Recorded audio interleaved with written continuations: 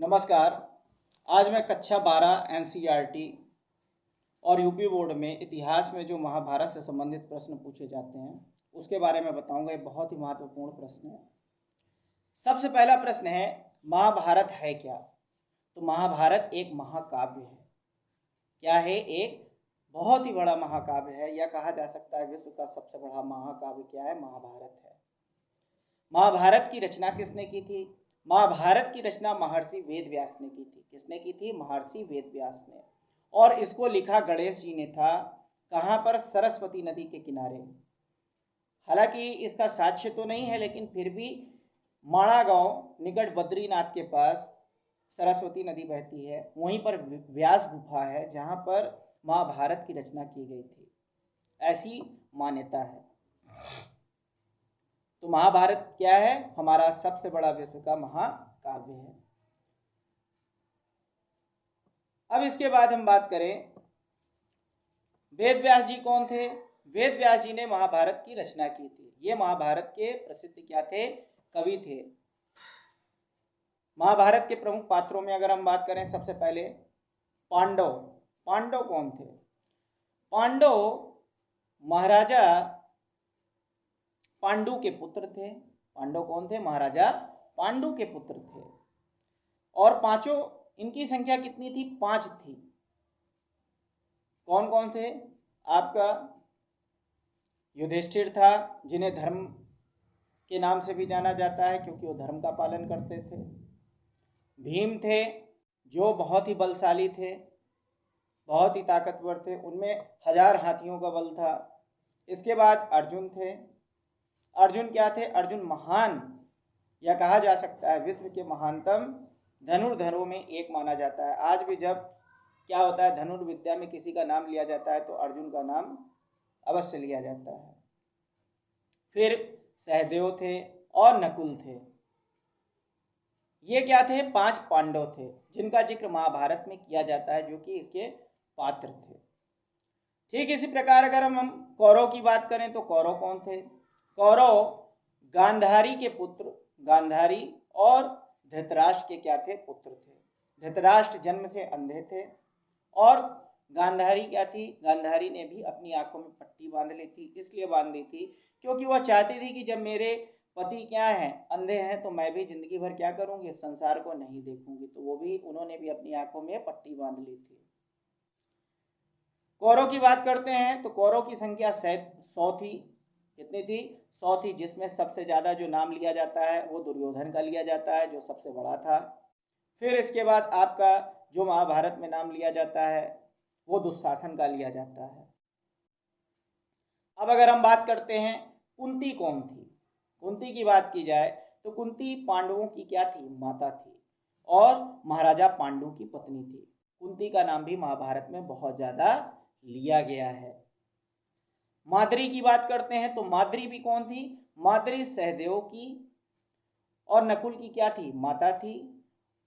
क्योंकि जो पांडव थे, पांडव में 3 पुत्र कुंती के थे और 2 पुत्र किसके थे? माद्री के थे। महाराजा पांडु की 2 पत्नियां थी, एक माद्री थी और एक कुंती थी। कुंती सबसे बड़ी पत्नी थी, माद्री क्या थी? दूसरी पत्नी थी। महाराजा पांडु की मृत्यु श्राप के कारण वन में हो गई थी। जैसे ही उनको श्राप दिया गया था कि जैसे ही आपके पुत्र होंगे वैसे ही आपकी क्या होगी? मृत्यु हो जाएगी। तो जैसे ही माद्री ने 2 बच्चों को जन्म दिया वैसे ही उनकी मृत्यु हो गई। अब अगर हम बात करें द्रौपदी कौन थी, तो द्रौपदी के बारे में आप सभी को पता होगा। द्रौपदी इस महाभारत की क्या है? प्रमुख सूत्रधार कही जा सकती है, क्योंकि द्रौपदी को लेकर के ही महाभारत का युद्ध हुआ था, द्रौपदी के अपमान के कारण ही। तो द्रौपदी में क्या था? द्रौपदी 5 पांडवों की पत्नी थी और महाराजा द्रुपद की क्या थी? पुत्री थी, जो कि यज्ञ से निकली थी। इसीलिए इसे याज्ञ सैनी के नाम से भी हम जानते हैं। इसका जन्म यज्ञ कुंड से हुआ था। और अगर हम बात करते हैं, अब जो सबसे ज्यादा पूछा जाता है, कर्ण कौन था? कर्ण कौन था? कर्ण कहा जाता है कि अधिरथ सारथी का पुत्र था। किसका पुत्र था? अधिरथ सारथी का पुत्र था। लेकिन वास्तव में ये कुंती का विवाह से पहले का पुत्र था, जो कि सूर्य भगवान ने वरदान में प्रदान किया था। कर्ण महान योद्धा था, ये भी अर्जुन की तरह ही क्या था, महान धनुर्धर था। इसने जन्म से क्या किया था, कवच और कुंडल लेकर के पैदा हुआ था। वो कवच और कुंडल की खास बात ये थी कि वो जब तक पहने रहता था तो दिन के समय उसका कोई भी वध नहीं कर सकता था, क्योंकि वो कवच और कुंडल सूर्य भगवान ने अपने पुत्र कर्ण को प्रदान किए थे। लेकिन बाद में महाभारत में कर्ण ने क्या कर दिया था, अपना कवच और कुंडल इंद्र को दान दे दिया था, जिसके कारण क्या हुआ, अर्जुन ने कर्ण का वध किया था। अगर हम अगली बात करते हैं द्रौपदी के स्वयंवर की, द्रौपदी का स्वयंवर क्या था, तो महाराजा द्रुपद ने एक स्वयंवर का आयोजन किया और उन्होंने ये आयोजन किया था, उसमें ये बताया था कि ऊपर छत में एक मछली घूम रही है और नीचे तेल में देख करके उसकी आंख में निशाना लगाना है। ऐसा उन्होंने क्या किया था, स्वयंवर का आयोजन किया था कि जो भी क्या करेगा, तेल में नीचे घूमती हुई मछली को देखकर उसकी आंख में निशाना लगा देगा, उसी के साथ द्रौपदी का विवाह हो जाएगा। सभी राजाओं ने जो दूर दूर के देशों से आए थे, यहाँ तक कि जरासंध नाम के राजा ने भी क्या किया, इसमें भाग लिया। लेकिन क्या हुआ, सभी असफल हो गए। अंत में जो पांडव थे उनमें से अर्जुन, जो कि ब्राह्मण का रूप धर के आए हुए थे, उन्होंने क्या किया, उसकी आंख में क्या किया, निशाना लगा दिया। इस प्रकार क्या हो गया, द्रौपदी का विवाह किसके साथ हो गया, अर्जुन के साथ हो गया। लेकिन जब वह उसको लेकर कहाँ गए, जहाँ जंगल में वो लोग रहते थे, अपनी माता के पास गए, तो वो लोग प्रतिदिन, उनकी क्या बात थी कि वो क्या करते थे, जो भी भिक्षा मांग करके लाते थे। क्योंकि इसका वर्णन किसमें किया गया है, जब क्या हुआ था, आपके दुर्योधन ने लाक्षागृह में आग लगवा दी थी, तो वो लोग बचकर चले गए थे पांचों पांडव, और जंगल में क्या करते थे, सन्यासी की तरह जीवन व्यतीत करते थे, भिक्षा मांग करके जीवन व्यतीत करते थे। तभी वो लोग द्रौपदी के स्वयंवर में पहुंचे थे, तो लोग उनकी रोज की आदत ये थी कि वो जो भी भिक्षा में मांग कर लाते थे तो माता को दे देते, तो माता कहती थी पांचों भाई आपस में बांट लीजिए। लेकिन ऐसा ही उस दिन भी हुआ। वो द्रौपदी के स्वयंवर से जब जीत के गए द्रौपदी को लेकर अर्जुन, तो इसके बाद क्या हुआ, उनकी माता पूजा कर रही थी और उन्होंने क्या किया, बिना देखे ही अंदर से कह दिया, जो कुछ भी लाए हो पांचों भाई आपस में बांट लो।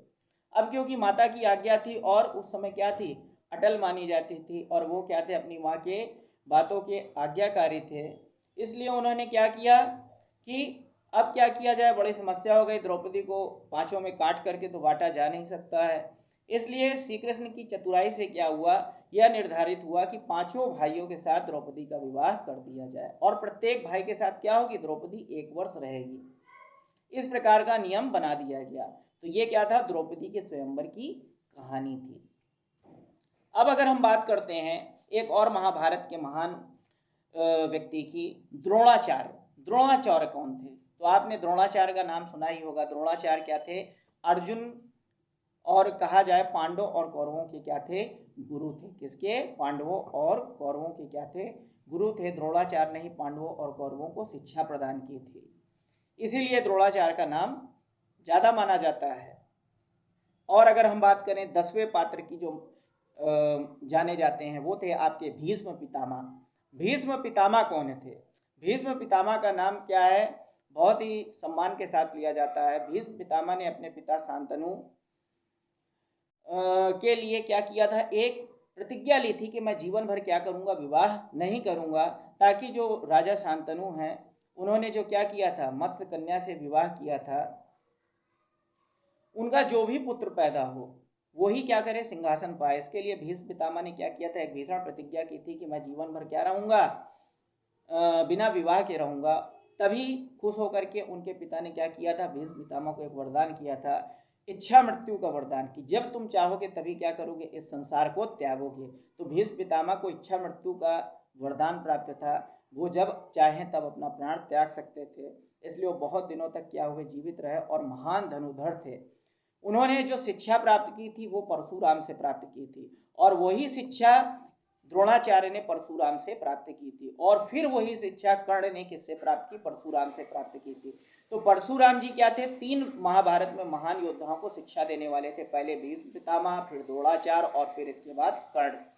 तो इन तीनों ने किससे शिक्षा प्राप्त की थी, परशुराम जी से प्राप्त की थी। अतः ये तीनों क्या थे, गुरु भाई थे कहा जाता है। भीष्म पितामह ने अंत में क्या किया था, अर्जुन के हाथों मरना स्वीकार किया था। अर्जुन ने क्या किया था, उन्हें बाणों की सैया पे लटा दिया था। और बाद में क्या हुआ, जब महाभारत का युद्ध समाप्त हुआ तब उन्होंने अपनी इच्छा के अनुसार अपना प्राण त्यागा था, क्योंकि उन्होंने एक और प्रतिज्ञा की थी कि मैं क्या करूंगा, तभी प्राण को त्यागूंगा जब मैं देखूंगा कि क्या है, हस्तिनापुर जो राज्य है वो सुरक्षित है। और उन्होंने जाना कि पांडव क्या है, बहुत ही बलशाली हैं, अब राज्य सुरक्षित है। तब उन्होंने क्या किया था, स्वयं इच्छा मृत्यु प्राप्त कर ली थी। तो ये क्या थे, आपके महान कौन थे, चरित्र वाले व्यक्ति थे भीष्म पितामह। अब इसके बाद के जो भी पात्र हैं और महाभारत की स्टोरी है उसको मैं अगले वीडियो में बताऊंगा। इसमें जो भी भूल चूक हो आप उसको माफ करिएगा।